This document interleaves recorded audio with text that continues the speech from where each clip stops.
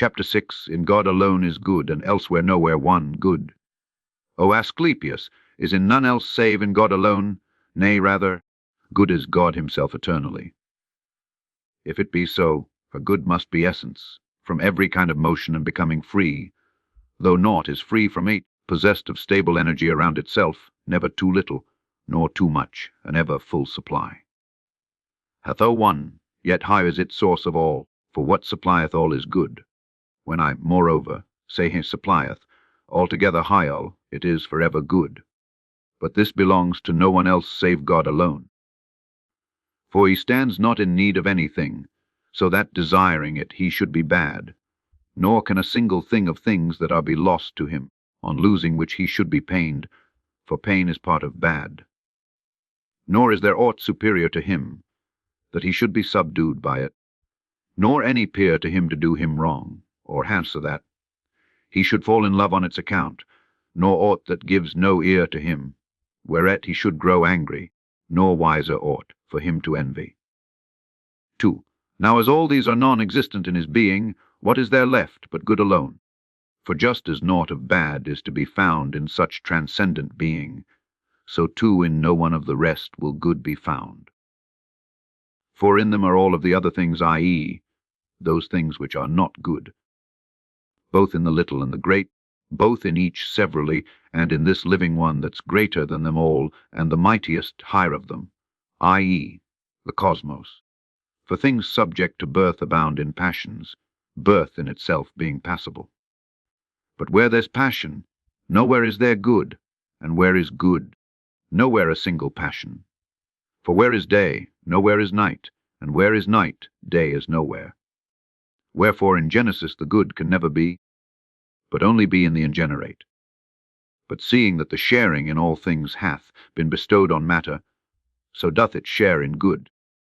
In this way is the cosmos good, that in so far as it doth make all things, as far as making goes it's good, but in all other things it is not good, for it's both passible and subject unto motion, and maker of things passible. 3. Whereas in man by greater or less of bad is good determined. For what is not too bad down here is good, and good down here is the least part of bad.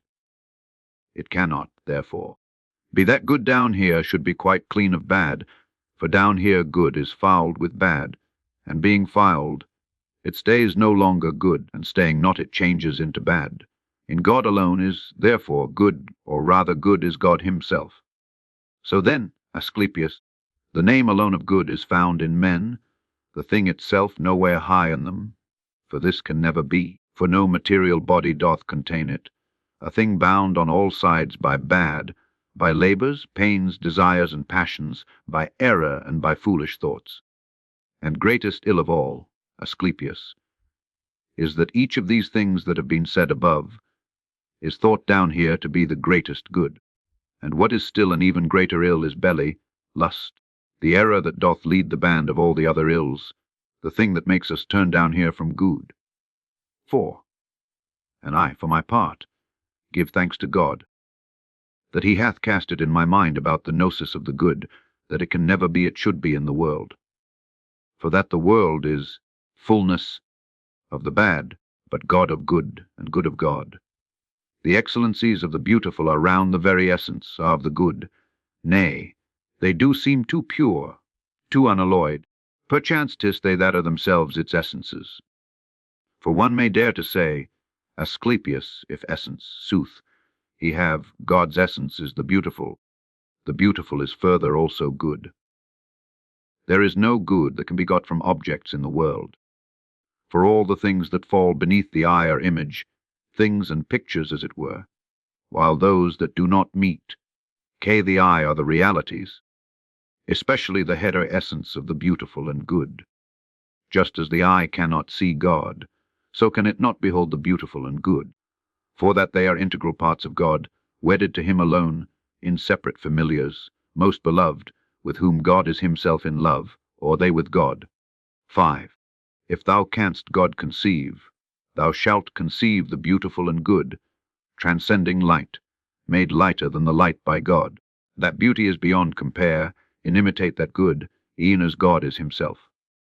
As, then thou dost conceive of God, conceive the beautiful and good. For they cannot be joined with aught of other things that live, since they can never be divorced from God.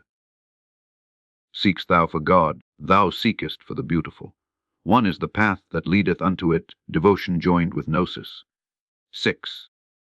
And thus it is that they who do not know, and do not tread devotion's path, do dare to call man beautiful and good, though he have ne'er e'en in his visions seen a wit, that's good, but is enveloped with every kind of bad, and thinks the bad is good, and thus doth make unceasing use of it, and even feareth that it should be ta'en from him, so straining every nerve not only to preserve, but even to increase it. Such are the things that men call good and beautiful. Asclepius, things which we cannot flee or hate, for hardest thing of all is that we've need of them, and cannot live without them. Chapter 7. The greatest ill among men is ignorance of God. 1. Whither stumble ye sots, who have sopped up the wine of ignorance, and can so far not carry it that ye already even spew it forth? Stay ye, be sober, gaze upwards with the hard true eyes of the heart, and if ye cannot all, yet ye at least who can? For that the ill of ignorance doth pour o'er all the earth, and overwhelm the soul that's battened down within the body, preventing it from fetching port within salvation's harbours. 2. Be ye then not carried off by the fierce flood, but using the shore, current lit, back, current, or up, current, ye who can make for salvation's port, and, harbouring there, seek you for one to take you by the hand, and lead you unto Gnosis gates, where shines clear light of every darkness clean, where not a single soul is drunk, but sober all they gaze with their heart's eyes on him who willeth to be seen. No ear can hear him, nor can eye see him, nor tongue speak of him, but high only mind and heart. But first thou must tear off from thee the cloak which thou dost wear, the web of ignorance, the ground of bad, corruption's chain, the carapace of darkness, the living death, sensation's corpse, the tomb thou carriest with thee, the robber in thy house, who through the things he loveth hateth thee, and through the things he hateth bears thee malice. 3. Such is the hateful cloak thou wearest, that throttles thee high and holds thee down to it, in order that thou mayst not gaze above, and having seen the beauty of the truth, and good that dwells therein, detest the bad of it, having found out the plot that it hath schemed against thee, by making void of sense those seeming things which men think senses. For that it hath with mass of matter blocked them up, and crammed them full of loathsome lust, so that thou mayst not hear about the things that thou shouldst hear, nor see the things thou shouldst see. Chapter 8. That no one of existing things doth perish, but men in error speak of their changes as destructions and as deaths. 1. Hermes die concerning soul and body, son. We now must speak in what way soul is deathless, and whence comes the activity in composing and dissolving body. For there's no death for aught of things high that are the thought this word conveys is either void of fact, or simply by the knocking off a syllable what is called death, doth stand for deathless, for death is of destruction, and nothing in the cosmos is destroyed. For if cosmos is second God, a life or living creature that cannot die, it cannot be that any part of this immortal life should die. All things in cosmos are parts of cosmos, and most of all is man, the rational animal. 2. For truly first of all, eternal and transcending birth, is God the universal's maker. Second is he after his image, cosmos brought into being by him, sustained and fed by him, made deathless, as by his own sire, living for aye, as ever free from death. Now that which ever liveth differs from the eternal, for he hath not been brought to being by another, and even if he have been brought to being, he hath not been brought to being by himself, but ever is brought into being. For the eternal, in that it is eternal, is the all. The Father is himself eternal of himself, but cosmos hath become eternal and immortal by the Father. 3.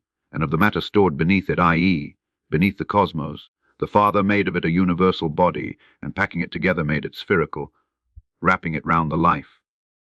A sphere which is immortal in itself, and that doth make materiality eternal. But he, the Father, full filled with his ideas, did sow the lives or living creatures into the sphere, and shut them in as in a cave, willing to order forth the life with every kind of living. So he with deathlessness enclosed the universal body, that matter might not wish to separate itself from body's composition, and so dissolve into its own original unorder. For matter, son, when it was yet incorporate, i.e., not yet formed into bodies, was in unorder, and it doth still retain down here this nature of unorder, enveloping the rest of the small lives or living creatures, that increase and decrease which men call death. 4. It is round earthly lives that this unorder doth exist. For that the bodies of the heavenly ones preserve one order, allotted to them by the Father as their rule, and it is by the restoration of each one hive of them, this order is preserved indissolute. The restoration of bodies on the earth is thus their composition, whereas their dissolution restores them to those bodies which can never be dissolved, that is to say, which know no death. Privation, thus, of sense is brought about, not loss of bodies. 5. Now the third life man, after the image of the cosmos made, Cheyenne having mind, after the Father's will, beyond all earthly lives, not only doth of feeling with the second God, i.e., the cosmos, but also hath conception of the first, for of the one 'tis sensible as of a body, while of the other it conceives as bodiless in the good mind. Tat doth then this life not perish. Hermes, hush, son! And understand what God, what cosmos high is, what is a life that cannot die, and what a life subject to dissolution. Yea, understand the cosmos is by God and in God, but man by cosmos and in cosmos. The source and limit and the constitution of all things is God.